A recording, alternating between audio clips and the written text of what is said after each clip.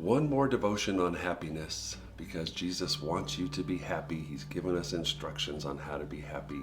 It's important to him that you figure out how to develop a life of happiness that is not dependent upon anyone or anything, and that you learn to sow seeds that produce happiness in your life. And we can't talk about happiness without talking about one big thing that is always connected to happiness, but we don't think it is, or we like to pretend it's not. And so therefore we mismanage it, and we have to figure out what to do with it. Happiness is always connected to your money. Now you've probably heard, and maybe you've said, money can't buy happiness. We all know that's wrong. Money can buy all kinds of happiness. Money can buy all kinds of stuff that make you happy. However, it goes much, much deeper than that. Jesus said that you cannot serve two masters, and he's talking about money. You'll either love one and hate the other, or you'll hate one and love the other. Jesus was very clear that money is connected to happiness, and that if you treat it incorrectly, it's going to rob you of your happiness. You see, we think that happiness and money are connected by the word more. That if I just had more money, then I could have more happy.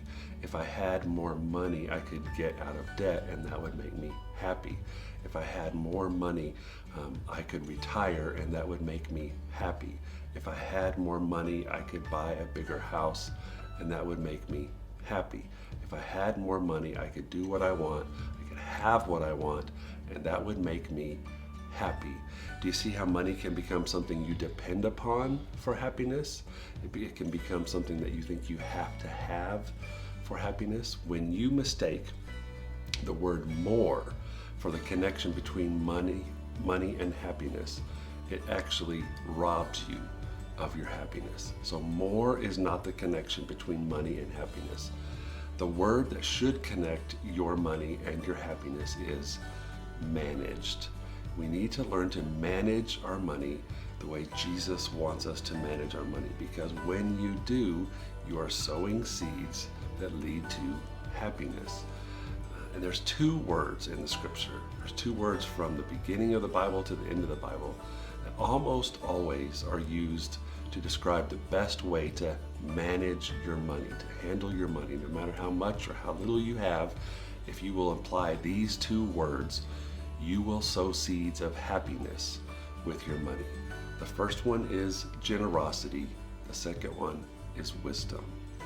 Generosity and wisdom are the two overarching principles that the scripture uses to teach us how to manage our money so that our money doesn't manage us, to master our money so that our money doesn't master us. Generosity, giving, specifically in the scripture, giving in the context of serving God, giving to an organization, to a body.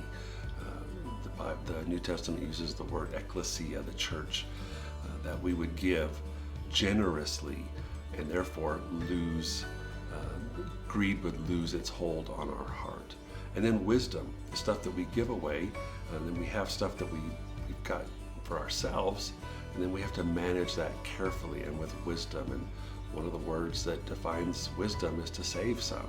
So when you learn to manage your money the way Jesus would have you manage it, with generosity and with wisdom, you are sowing seeds of happiness. When you don't manage your money the way Jesus wants you to, and you assume that the connection between happy and money is more, there are three words that would define you: discontent, greedy, and in debt.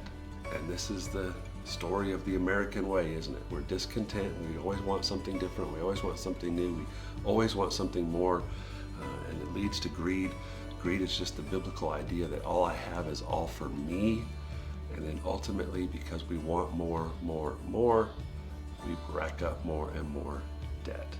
And all of those things, discontentment, greed, and debt, they serve to rob you of happiness, because they rob you of peace of mind.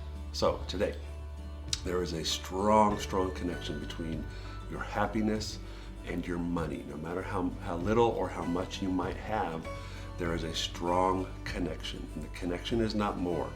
more money will not make you more happy.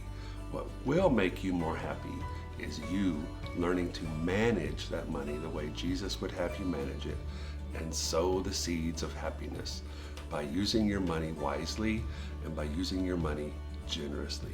I hope that when it comes to your money, you are the happiest person on earth because you have figured out the secret to finding peace financially, and that is to follow the plan that Jesus has, to treat your money as a tool, to use it wisely and use it generously. So go and be happy. See you later.